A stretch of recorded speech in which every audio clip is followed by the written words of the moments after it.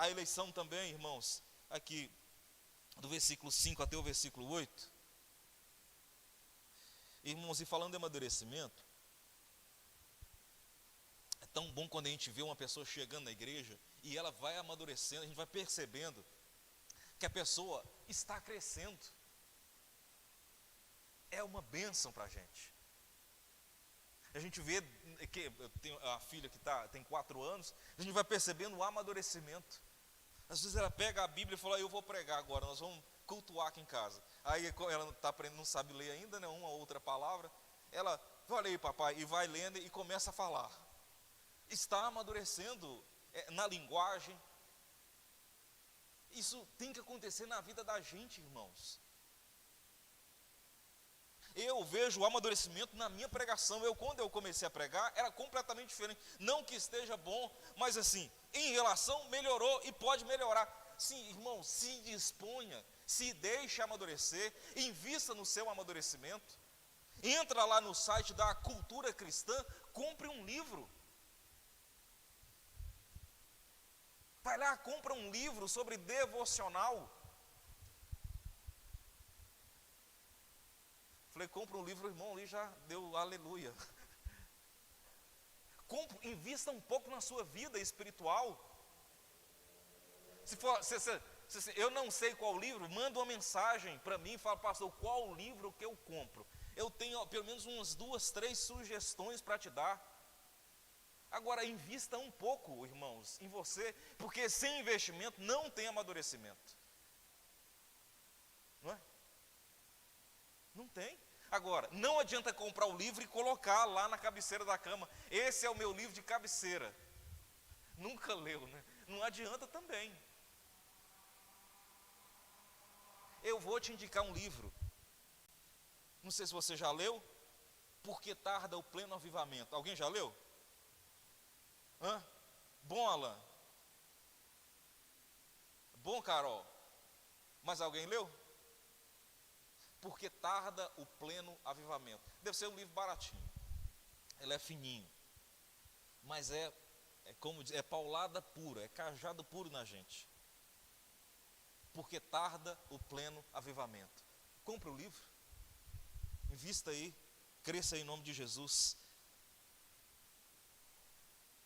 Reconhecemos, irmãos, amados de Deus, a vossa eleição. Aponta para amadurecimento. Versículo 5 ao 8 diz assim: porque o nosso evangelho não chegou até vós tão somente em palavras, mas sobretudo em poder, no Espírito Santo, em plena convicção, assim como sabeis ter sido o nosso procedimento entre vós, e por amor de vós. Com efeito, vos tornastes imitadores nossos e do Senhor, tendo recebido a palavra, posto que em meio de muita tribulação, com alegria do Espírito Santo, de sorte que vos tornastes um modelo para todos os crentes da Macedônia e da Acaia, porque de vós repercutiu a palavra do Senhor, não só na Macedônia, mas na Acaia, mas também por toda a parte, se divulgou a vossa fé para com Deus, a tal ponto de não termos necessidade de acrescentar coisa alguma.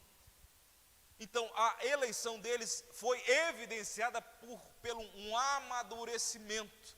Mas antes, a eleição foi evidenciada pelo acolhimento da palavra.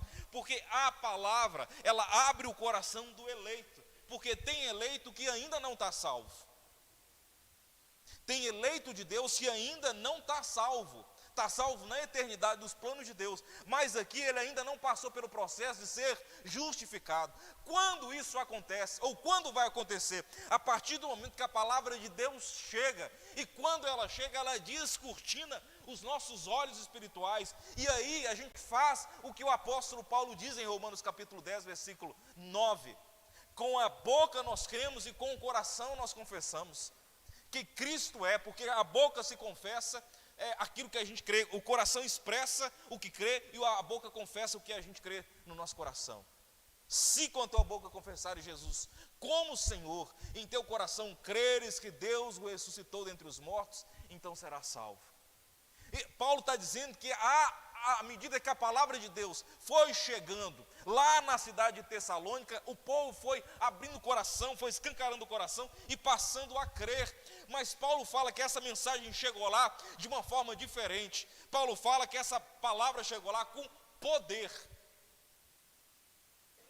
com dínamos, esse dinamite que destrói essas pedras espirituais do coração da gente.